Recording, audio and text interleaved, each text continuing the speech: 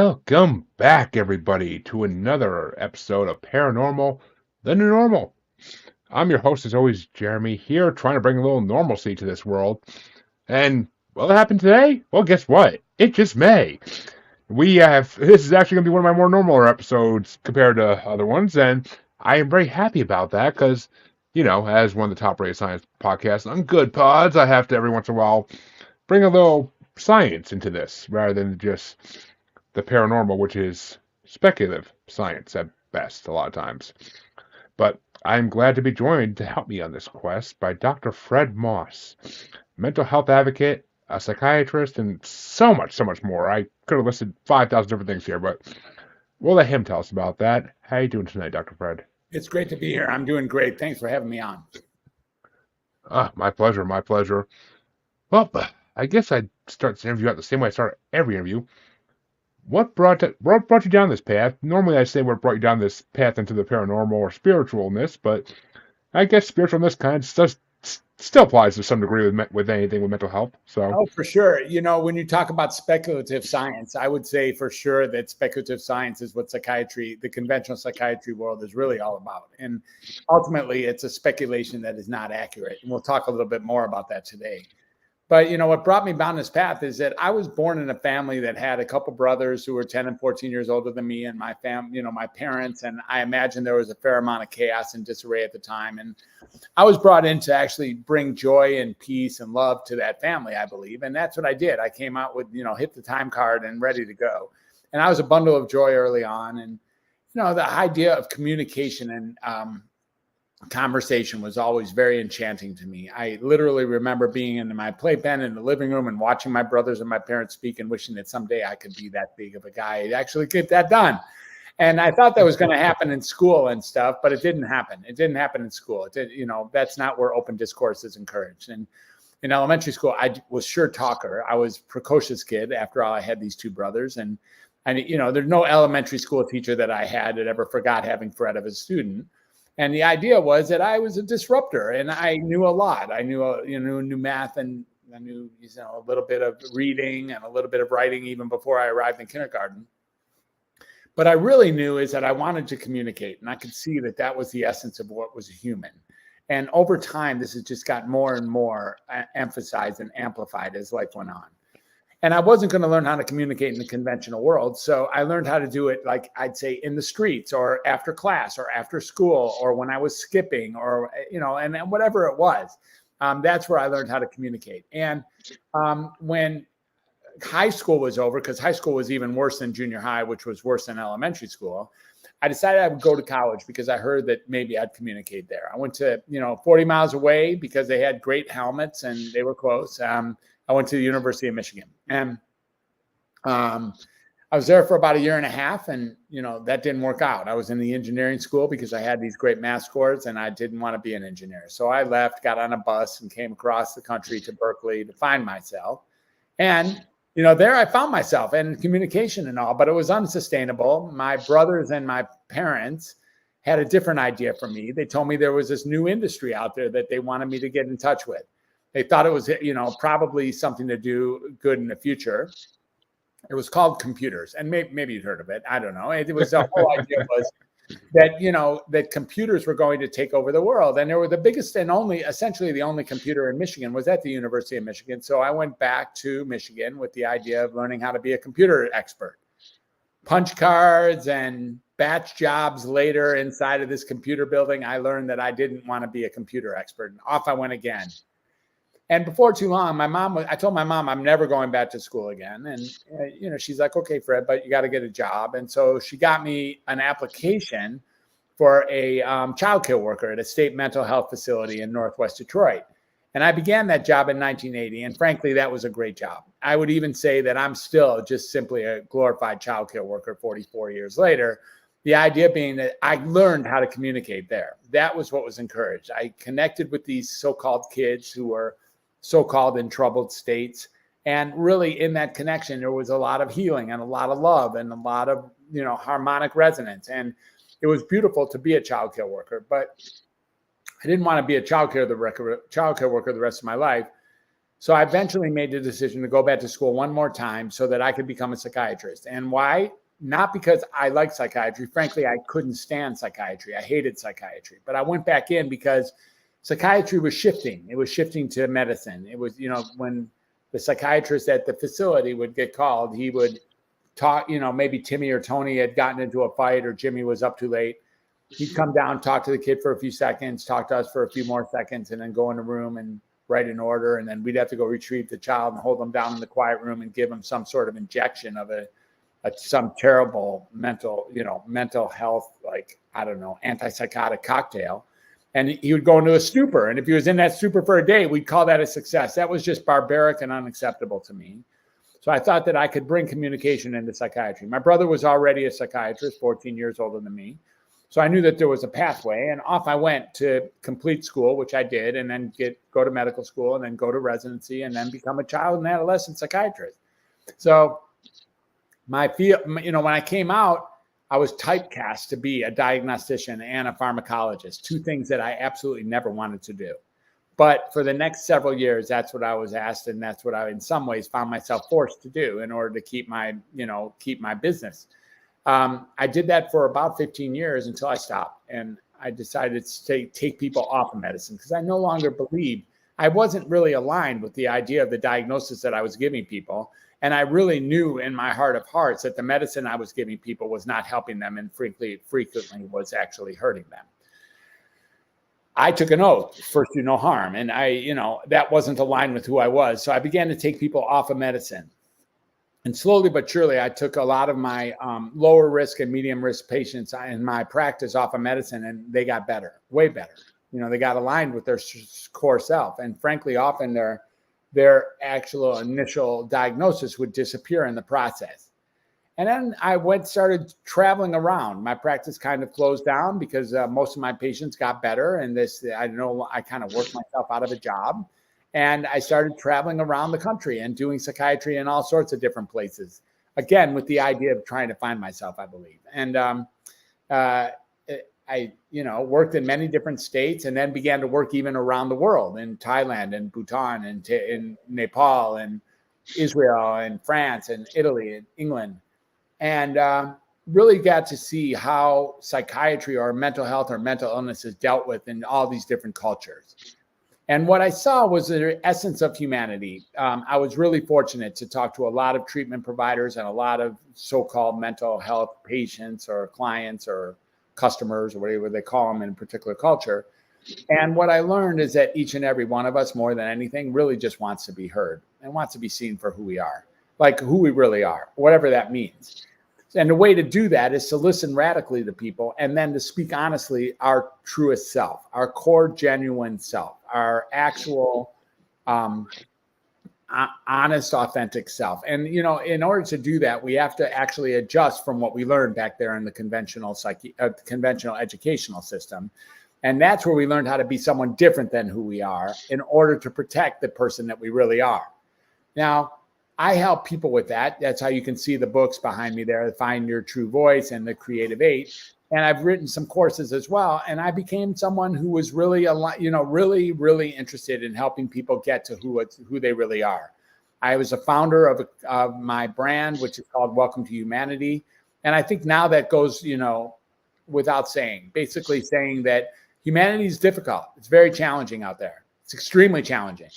Amen. It's very stimulating. It's very, very, it's there's a lot of obstacles and hurdles to get through every single minute. And if we're uncomfortable in this world, that doesn't mean there's anything wrong with us at all. As I think Krishnamurti said, it's no sign of mental health to be well adjusted to a sick society. He's very correct, of course. So the idea that we're uncomfortable is that's where psychiatry comes in. The idea, at least these days, when you're depressed or anxious or afraid, when you're scattered or hopeless or awkward, when your thoughts are going too fast or too slow, or maybe even your intuition is out loud, like it's auditory hallucinations or anything like that, you think there's something wrong with you, and you go to a psychiatrist, it gets confirmed that there's something wrong with you, and then they give you a medicine that actually makes something wrong with you. And that's how that really works. So that's why it's a speculative science. Does psychiatry really work? In a conventional way, it doesn't work to do what it promises. I would say no. It's only geared to, slow down the deterioration or keep things steady. The psychiatry doesn't pretend to heal any conditions at all, but it can be healed. Your condition, the so-called condition that we have, the difficulties or the imbalance or the discomfort that we have in life can be healed. What's the source of that healing? I think by now you can get where I'm headed with that. That would be through human connection, through a resonating harmonic human connection like we're creating today. And I became a real advocate for that over the last several years. And that's where those two books, and that's where my courses come from. That's where Welcome to Humanity comes from. And that's how I eventually got to be the psychiatrist or the undoctor. What's the undoctor? Well, the undoctor is a moniker that I got from a friend a few years ago who knows how I think about things. And what I do is I undiagnose, unmedicate, and then undoctrinate people, pulling them out of the conventional system because, in fact, it's simply speculative science, which is gearing people to get worse. These treatments actually often make people worse. They induce or increase or perpetuate or even cause the symptoms they're marketed to deal with. And I can't be a proponent of that, but I can be a proponent of creating a space for you to heal or for them to heal. And the way that I do that, of course, is by listening radically, creating a space, using multiple different techniques of, gratitude or meditation or watching what you eat or watching who you're with or watching your sleep or taking nature walks or being creative, art, music, dancing, singing, drama. There's a lot of things that we can do to detox ourselves and re-find ourselves, rediscover who we are at the core, connecting with other humans. And from that space, there has never been a drug ever created in any toxicology lab or any pharmaceutical companies, laboratories in those high rises around the world that even rivals to a little degree the magic that happens when we connect with another person, no matter where they are in their life. Wow. I mean, okay, a lot to break down there, but honestly, not too much to break down though, because you made it very clear. I mean, and as all my listeners do know, I am a huge opponent of big pharma. Mm-hmm. I think big pharma is one of the worst things in the world. I think they literally are just all about the money and they don't care what their pills do to people. Mm-hmm. And I mean, yes, there are people out there who need medication for things such as diabetes, stuff like that. But I mean, stuff that actually needs to be regulated in the body. When it comes to mental health, though, do pills really do anything more than just cover up the issue? No, they don't. All they do is cover up the issue or make it worse or give you another issue that you have to deal with. Yeah, a lot of people think that that's what they do, that they're just a Band-Aid. It hasn't been my experience that they're just a Band-Aid. My experience is that they're a Band-Aid with a razor blade embedded in it. So it's actually way different than just a Band-Aid. If all it did was truly cover up the issues with no other problems, I could be a semi-proponent of prescribing them. That isn't what they do. They actually cause significant problems on a regular basis, not only in the world of side effects, but frequently actually causing or perpetuating the actual symptoms they're marketed to treat. In other words, if you want to know what psychosis is, if you think you've never had it, try taking antipsychotics for a while, and now you'll get psychotic. And that's why doctors don't take antipsychotics. They wouldn't take them on a bet. They know better than to actually take the medicines that they prescribe. Of course, this isn't true with mindfulness or meditation or nature walks or watching organic foods or, drinking lots of water or being of service or doing creativity. Doctors and all healers and clients and patients, all of us who are on this journey called life together, can do those things safely. They don't have inherent side effects. They don't make things worse.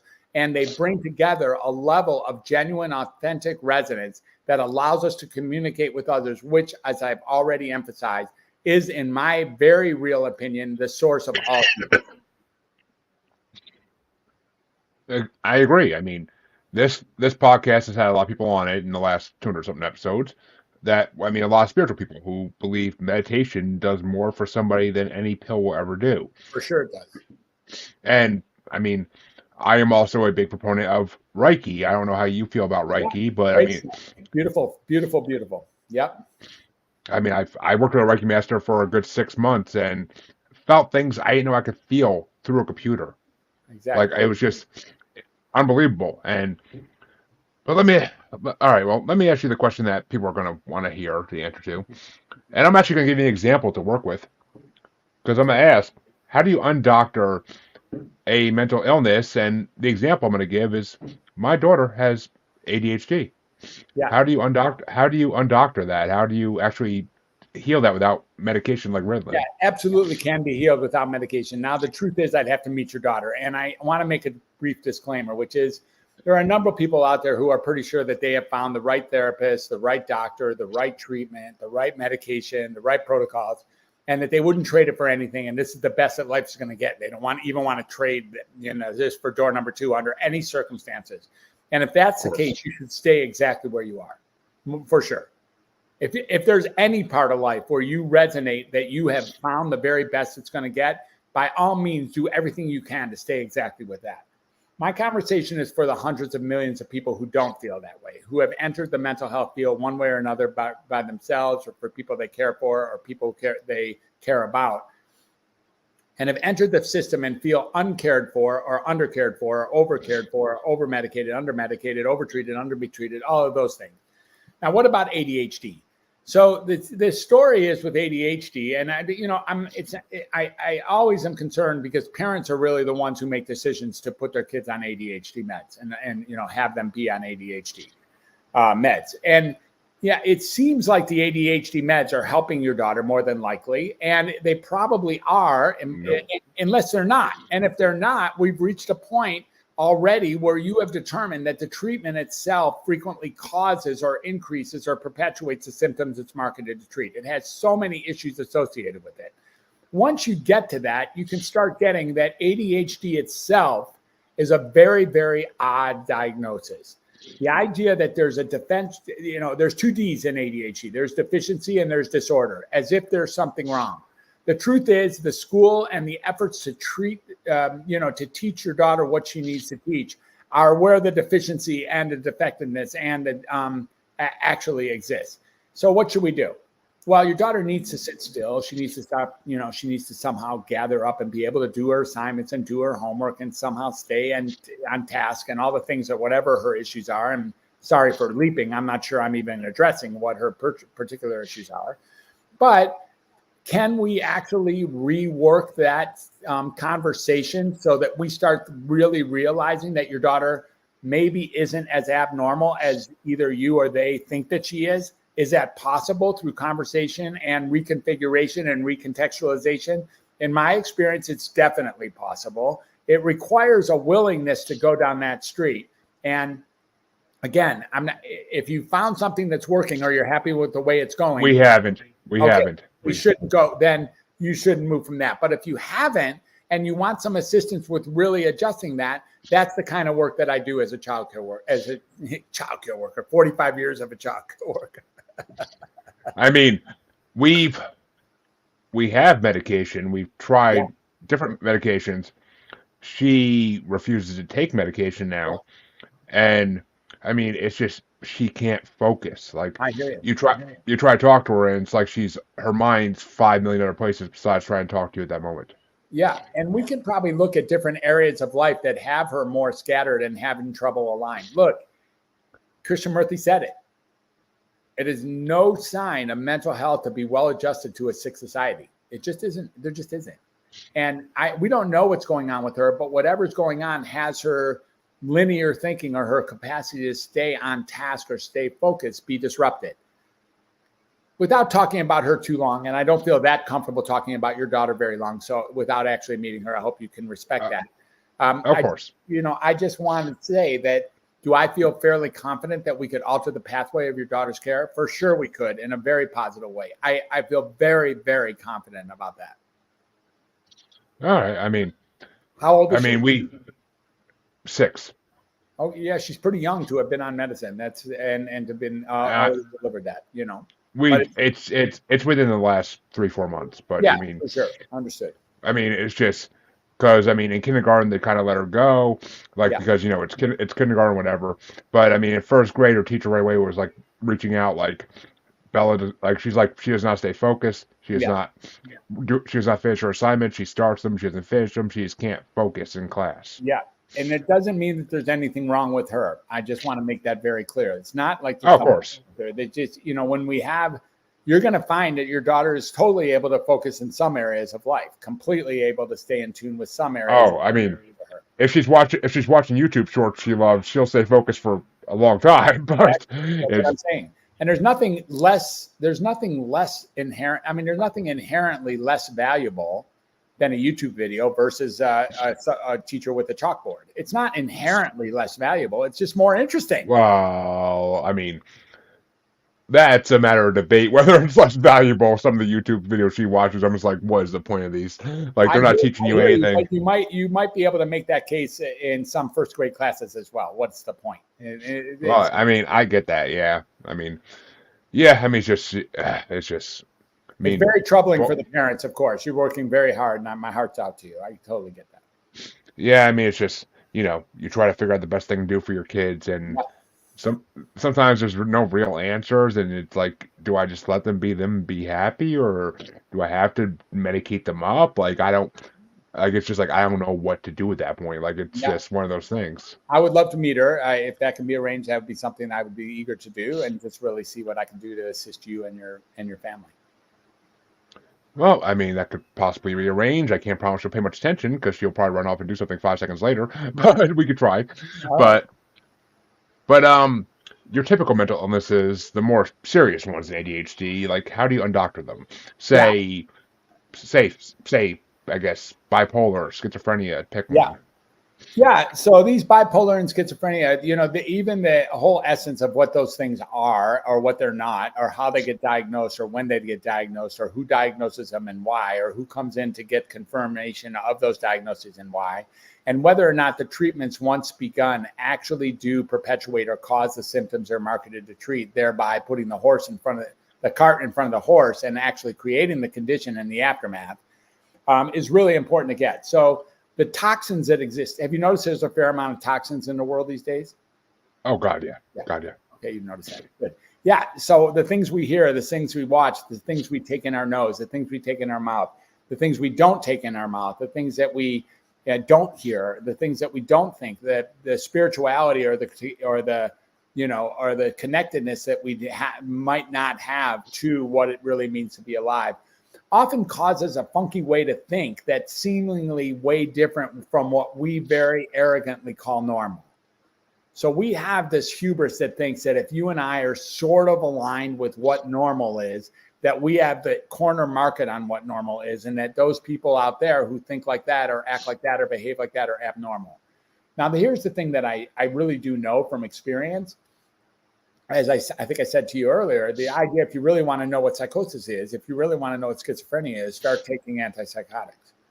If you did that, you would know what schizophrenia is pretty soon after that, because it actually causes those symptoms.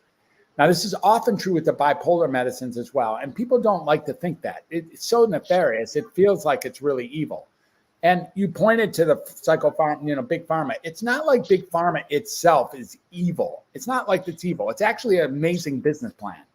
It's a super awesome business plan. If you can create the symptoms your product is marketed to treat, you've done a pretty good job at cornering the market. You have created a market that can deliver a margin of several $1 billion per day. Oh, that's what they're doing. Oh, I can't blame them for that. I really can't. It's an amazing business model because it's not them. It's like you can't blame a pill for anything. The idea is someone has to agree to take those pills. Someone has to decide that there's something wrong with them enough that they go to a clinician or a so-called expert in this speculative science world, that they get themselves a diagnosis that accurately relinquishes them from the parts of their life that they're uncomfortable or non-proud of, that by giving them a diagnosis and then giving them a treatment in the form of a medication that they then agree to take because they're afraid not to be non-compliant or afraid not to listen to an expert. And then once that occurs, the whole thing gets perpetuated. The razor blade and the Band-Aid actually shows up, and we start getting blood seeping from the Band-Aid, thinking that the cut got worse, when in fact there's a razor blade and a Band-Aid. Now, this really does happen, I think, inside of the psychiatric world. I am equipped to speak to the psychiatric world. It may even extend to other areas of medicine. One thing that's really interesting about psychiatry, of course, is that when people come to a psychiatrist to get assessed or evaluated, if I tell them that they're okay, they get pissed. It's like, what? Like that doesn't happen in any other medical field. If you go to an oncologist or you go to a surgeon or you go to a proctologist or an ophthalmologist and they tell you you're okay, you're like, okay, good, I'm okay. In psychiatry, if you tell somebody they're okay, they just get furious. They just think that I don't know what I'm talking about. Then they go next door to get their diagnosis so that they can have an opportunity to blame the parts of their life that aren't working out very well on a condition, so they no longer are entirely responsible for it. Now, the disclaimer that I gave you earlier holds true here too. That's not true for every single person. There are some people who have received the type of diagnosis and treatment and medications and protocols that work for them. And they, if you're listening, should just continue to do exactly what you're doing. Please keep doing exactly what you're doing. I mean, I agree. I mean, if you find something that works for you, then keep it working, obviously. Yep, of course. But I mean, yeah, I mean, yes, Bill Watterson said it best, the creator of Calvin Hobbes. He said, be yourself. The world will adjust. Yeah, exactly. And that's the way it should be. That's the way it should be. Not to quote a freaking comic strip from the 80s and 90s, but that's the way it should be. Calvin and Hobbes is as contemporary as any comic strip ever. Thanks for bringing him up and for bringing Calvin and Hobbes up. They're amazing. It's beautiful comics. And look, be yourself. Everyone else is taken is another way to look at this whole thing. And it's a real opportunity to step into yourself. Here's what I know. I've spoken to a lot of people who have been diagnosed with schizophrenia. I've worked in prisons and jails, and I've worked in countless inpatient units.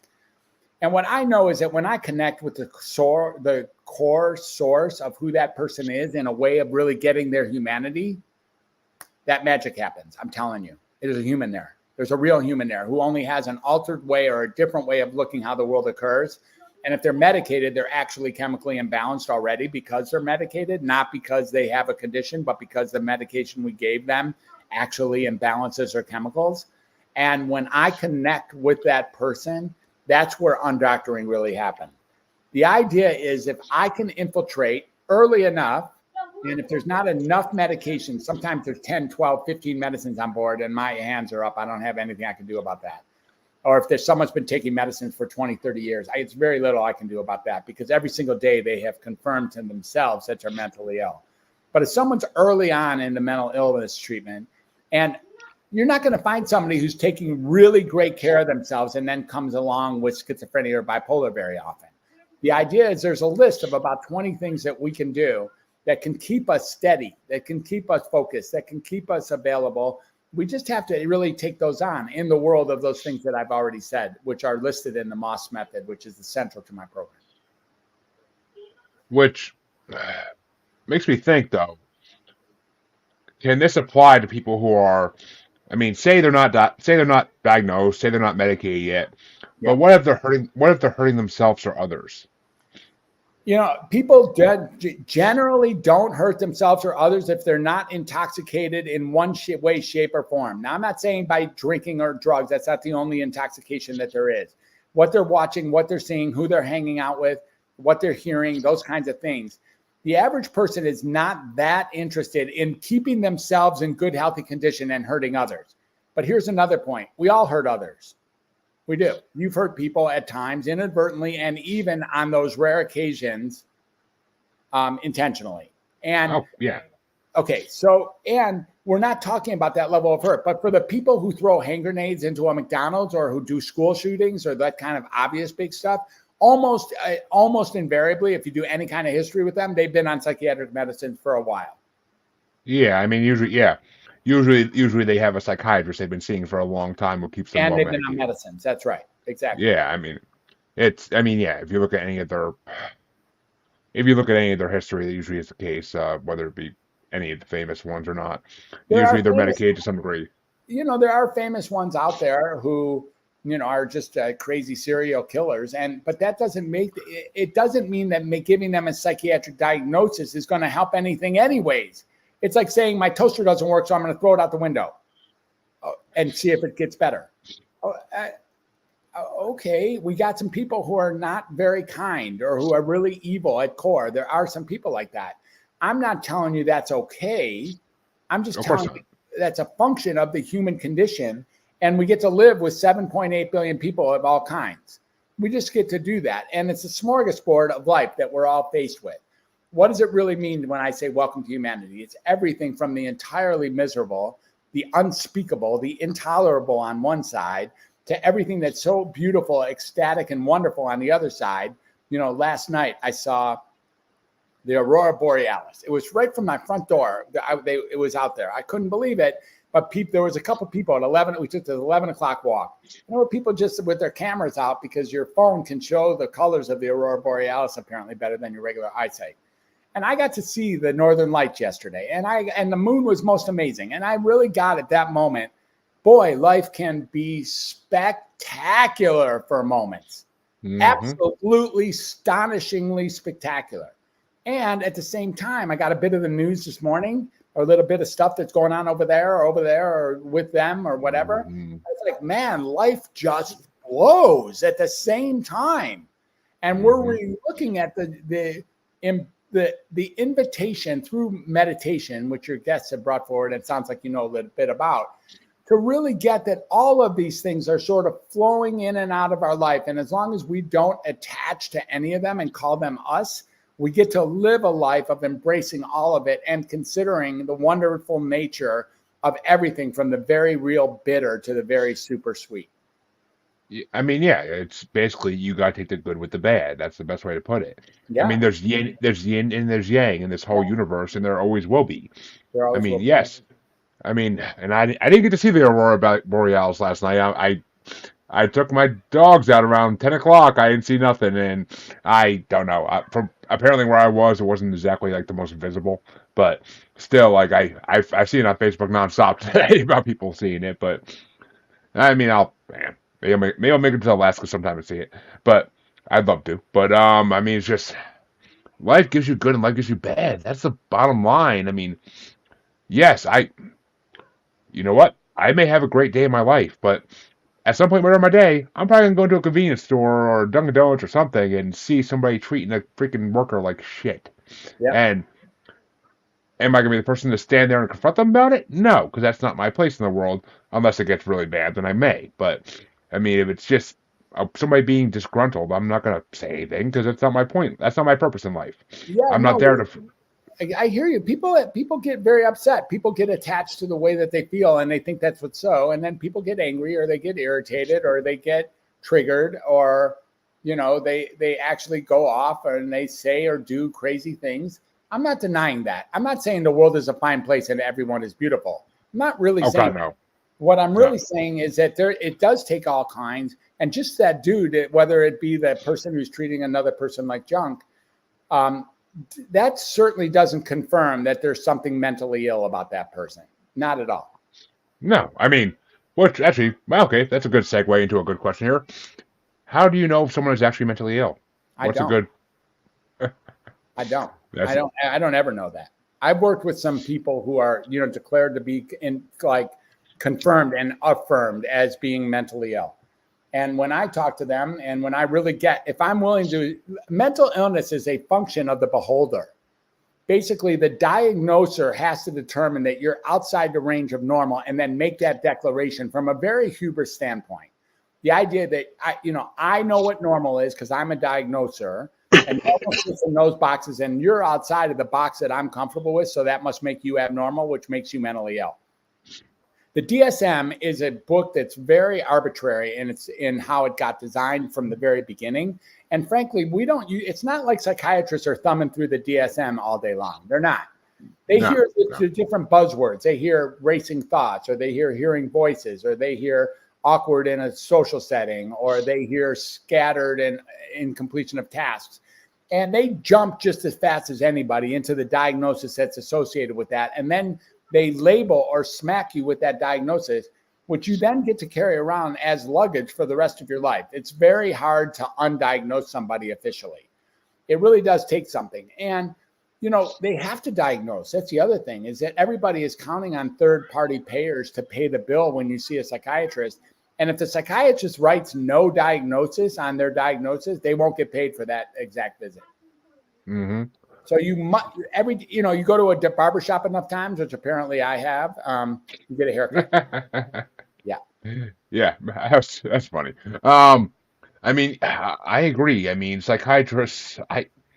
I was forced to go to a therapist in middle school, high school Yep. because I was immature.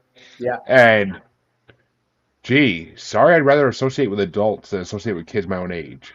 How Yep. does that make me immature? I Right. to this day don't get my parents what the fuck they were thinking. But I mean, it's just I don't think therapists do anything. I to this day like I don't think therapists do anything. Like even Right. as a kid, didn't think they did anything really because I just would talk to them about random stuff, wrestling at the time, whatever, Yeah. like video games, and it just they were just sitting there collecting their paycheck. They would let me talk about whatever I want to talk about, and they were for the hour just to get their paycheck. And it's just, what's the point of me going to you if you're just gonna sit there and listen to me talk about random stuff? You're not gonna try to get to the root of the issues if there is any even. Like it's just Yeah. Well, some therapists, are somehow slightly more, maybe more effective than others, and it's true that a therapist is really the job is there is to somehow be a unilateral friend, to actually support you and have you feel like they're there to, in some ways, agree with you and to assist you along the lines. But in the conversation where they're just sitting there, it doesn't do what it's promised to do. Coaching and again, more like meditation, finding yourself in the midst of this crazy obstacle-filled, hurdle-filled, challenge-filled life of ours requires some connection with another human, but not necessarily does it require any kind of formalized mental health treatment. I mean, I agree to some degree. I mean, all right, I'll give you an example because my wife is pregnant, about 3 months. We were at the hospital a couple weekends ago, and this guy, we were at the hospital like 10, like we went to the hospital like at 8 o'clock at night.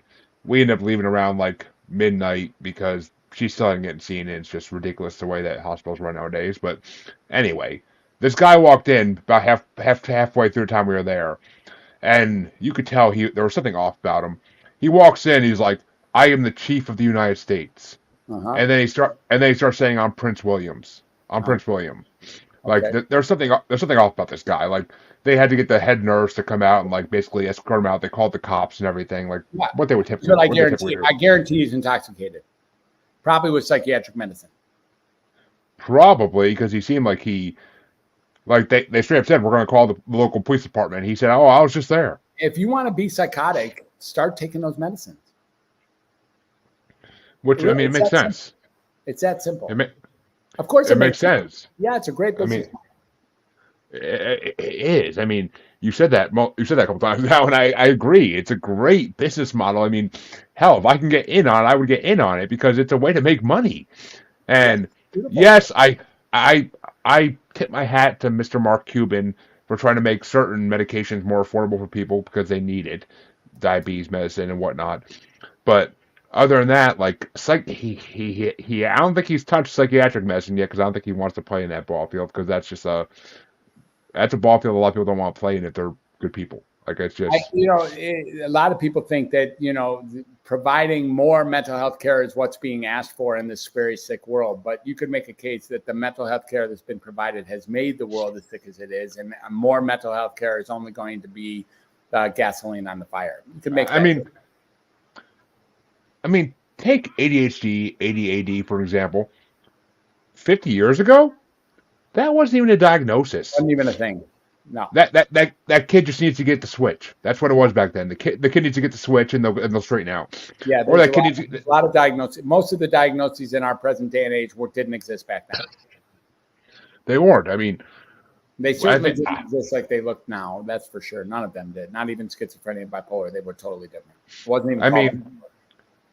mean I've worked when I was in college. I worked with kids that were in high school. Even I worked with kids who were considered special. And for those listening on Spotify for them, I'm using air quotes when I say special because they weren't really special. They just needed attention. Maybe they needed a little more attention paid to them. Maybe they needed to talk to somebody. They just need to be heard. That's what people want. And yeah, people want to be talked to. I mean, Yeah.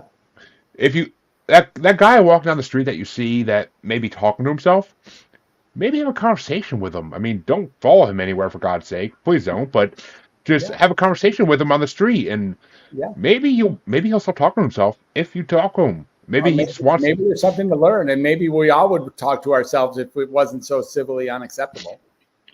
Well, I mean, I was always told it's okay to talk to yourself as long as you don't answer yourself. Yeah, that's just a story made up from the industry. Oh, I mean, I believe it. I believe it. Yeah. So, I guess the next question I have is, how, like, how does, because I imagine that art and other creative forms have to play into this. Like, they have to be able to help people like this express themselves better. Like, if someone's not good at talking because they stutter or because they go off on tangents, like, I have to imagine that some form of art, some form of creation would help them Yeah. express themselves better. Yeah, so this book right here, The Creative Eight, Healing Through Creativity and Self-Expression, it just kind of helps people to see that art and music and dancing and singing and drama and cooking and writing and gardening, those are the eight, really do help people in the process. When you're involved in creating, the symptoms or the imbalances and the discomfort that you feel actually goes away in that process.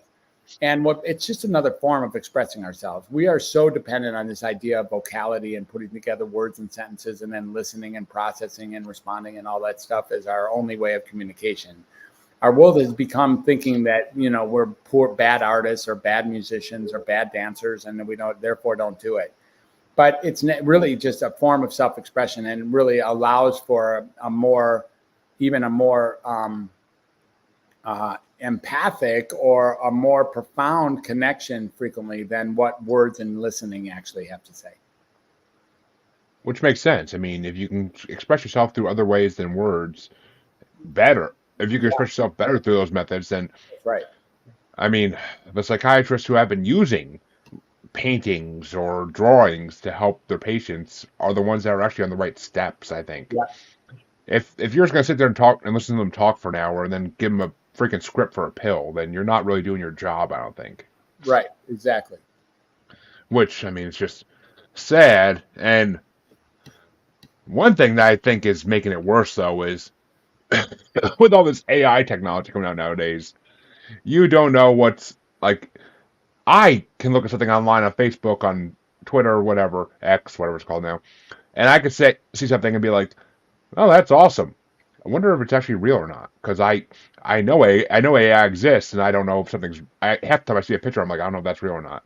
Yeah. I mean, I'm a paranormal guy. I see pictures of Bigfoot all the time, and they're AI creations, and it's just like, if they don't write that, how the hell am I supposed to know that? Am I supposed to think that's a real picture of Bigfoot crystal clear? Like, come on. Well, as the paranormal guy, one of the things you can get is that reality is really always tentative. It's always fleeting 100% of the time. There's what we think is real isn't really real in the first place. And AI just really just amplifies that whole notion. It does. I mean, it just makes life harder. I mean, I can't imagine being someone who thinks they have schizophrenia or something along those lines, and then all of a sudden your phone talks back to you, and you're just like, am I hearing voices or is it my phone? That would be terrifying, I think, if you have schizophrenia or anything along that line. Back when I was learning and when I was in residency in like 1989, one of the first signs of someone with schizophrenia was that they were talking to the TV screen. And now 100% of us talk to our TV screen all day long. There's even a button on your remote to talk to your TV screen nowadays, for God's sake. Yeah. So yeah, it's just, I don't know. I mean, I feel like they're making the world worse for people who are already feel like they're mentally ill. I feel like they're making the world worse. It's not. Yeah, it's not better. It's not easier. That's for sure. I mean, part of me thinks it'd be better if we actually did go back to if some kind of apocalyptic event that didn't kill everybody did happen, and we went back to the old school way of farming and just bartering for stuff instead of money. Like, we always reminisce. For ages and ages, people have thought that it was easier back then. I mean, in some degree it was, but in some degrees it definitely wasn't. I mean, having to go if you God forbid you have a craving for a certain fruit or something or a vegetable, and you can't go to the store and just pick it up, and you have to go like find somebody who grew that vegetable or fruit and has it available at that moment. Like, it's just a whole different. It's a little bit more challenging. I mean, or God forbid you need some metal work or woodwork done, and Yeah. there's not a specialist you could just call on the phone to have him come to your house and do it. It was Like a it's different life. Always difficult. Life has always been the most difficult that it's ever been, but it's only got a life slightly more difficult.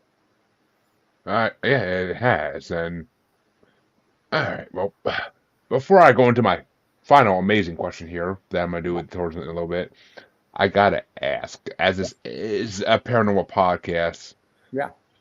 and you just said you think reality is perceptive. What you think reality is Sure. what it is. Fleeting and tentative. Do you do you believe that extraterrestrials exist and that they're among us, possibly? Here's what I believe. I've been in homes where there's been ghosts for sure. Like they're at least ghosts. That's at the very least. And I was there with my cats. I was living in the city. I was like temporarily house sitting at a home that was just packed with that. I had a whole family or two of ghosts in there. And my cats would see the ghosts every so often because they would start hissing at something that wasn't even visible by the human eye. Mm-hmm. I could really see them, and I knew it because so I'd wake up in the morning and different lights were on that I didn't turn on, and different doors were open that I didn't open, and I could feel their presence down in the basement. I still never went down in that basement. I was there for 2 months. There was no way in the world I was ever going down that basement. In fact, on my last 2 days there, I had the place for free for the summer because I was house sitting. On my last 2 days there, I was so terrified I stayed in a hotel. Even though the place was free, because I knew that there was terrestrials or extra somethings there. Now, are there things from other planets or other galaxies that are presently occupying? I don't see any reason why there isn't. I don't have anything against the whole idea. And it seems to me like it's entirely possible. Of course, it would explain a lot. And many of the explanations that I've got from either Middle Earth or from outside coming in, make enough sense to be like, oh yeah, that would explain an entirely new dimension that we otherwise are being, kept from, veiled from. So I think that's, it isn't like I have, I've never been, what's it called? Abducted. But some people have, and those stories are totally remarkable when they're abducted. I am down with them. I get it. They sure seem authentic. I mean, they do. I actually had a couple on here, Leslie and Stephen Shaw, I believe their names were, if I'm not mistaken. So I'm mixing up, guys. But a couple weeks ago, and he is a third generation abductee, There you and go. like his family's been getting abducted for 3 generations. Like that's Got it. and they had so much proof of it that it's just ridiculous. They wrote books about it and everything. Like it's just I mean, yeah, okay. Well, I like that you think that way. I really do. Yeah. And trust me, I live in a house that's infested with ghosts, from what mediums tell me. Whether they're living here or just visiting, I always seem to have a plethora of ghosts around me, and they don't bother. Most of them are okay. They don't bother me. They don't bother my dogs. They don't bother my chickens, my kids, my wife. They don't bother nobody. Where do you live? Massachusetts. Okay. Yeah. I stayed in an opera house down in Death Valley as well. That place was literally packed like inch by inch with ghosts. That place had ghosts everywhere. It was incredible. Oh. And that's what they said, a haunted house or whatever. And it's like, dude. Yeah. It was not like questionable. It was very obvious. I mean, yeah. I mean, these things exist. The paranormal exists for a reason. It's just a science that can't be explained yet. Yeah. And I mean, we're pretty close to explaining ghosts, I think, honestly, in the science. I think we are pretty close. I think the day's gonna come where we're gonna have, whether it be a VR set or something, where we can all see every ghost in our house. And I think that I think Ghostbusters is close to coming true. I honestly think it is. Like, there's gonna be something that could let us see things. It's just the way it goes. But, well, before we bid Dr. Fred adieu, I gotta ask, how do you really find your true voice? Like, what is the best way to do that? So it's really getting that you're not speaking your true voice. That's the first thing. Getting that, in fact, you're pretending to be someone you're not in order to protect the person you are. And that's okay. Give yourself forgiveness and acceptance about that. Really understanding that that's how you got trained. That's how it developed. That's, that was the whole purpose of school, to teach you how to do what they wanted rather than what you knew was right. And the crack in the cement has gotten larger and larger over time. We've never just gone back and repaired it. So one of the things to do is to really get access to that, to get access to the fear that you have about actually speaking your truest self, And, some people have gone so far to start saying things that even they don't believe as if it's what they stand for. That's just ridiculous. That's just preposterous, ludicrous, absurd. And, people do that. And if you're really going to get a handle on what it is your true voice, you start really looking inside. You don't have to go out there to discover your true voice. It's with you. You have it. It's underneath the muck. It's underneath the rust. It's underneath the mud. It's underneath the cobwebs. And you just get to it and start speaking openly and honestly with the people in your life about what's really so. Now, you take incremental steps. We don't want you to take big, giant steps. It's not like running to the local hill and running up the top and telling how much you hate your mother-in-law. That's not what I'm talking about. It's about really saying the things that matter to you, to the people in your inner world, in such a way that authenticity wins. Once you start getting authentic, it's totally addicting. Totally. It's totally addicting. It's so much more interesting than agreement. It's so much more interesting than inauthenticity. And when you start doing that, you create a space for other people to get authentic as well, resonating with them like the tuning forks that we are of humanity. And in that same frequency, we get to actually explore what it means to feel better, what it means to be honest, what it means to be accepting, what it means to be, unattached. And from there, that's where healing comes. And we've already discussed that healing brings love, which is the whole purpose of being human on this planet in these 3 dimensions as we sit right now. Exactly, folks. And just a warning: if you start being honest with who you truly are, you may lose some people you consider friends. You might lose a friend or two. It's true. But you know what? If they don't love your true voice, then they're not really your friends. They're just there to try to do. They're there for some reason, but it's just not good. It's not good. It's not a good reason to be there. And trust me, I've never not spoken my truth to people, and I've never really had many friends because of that. But it's you know what?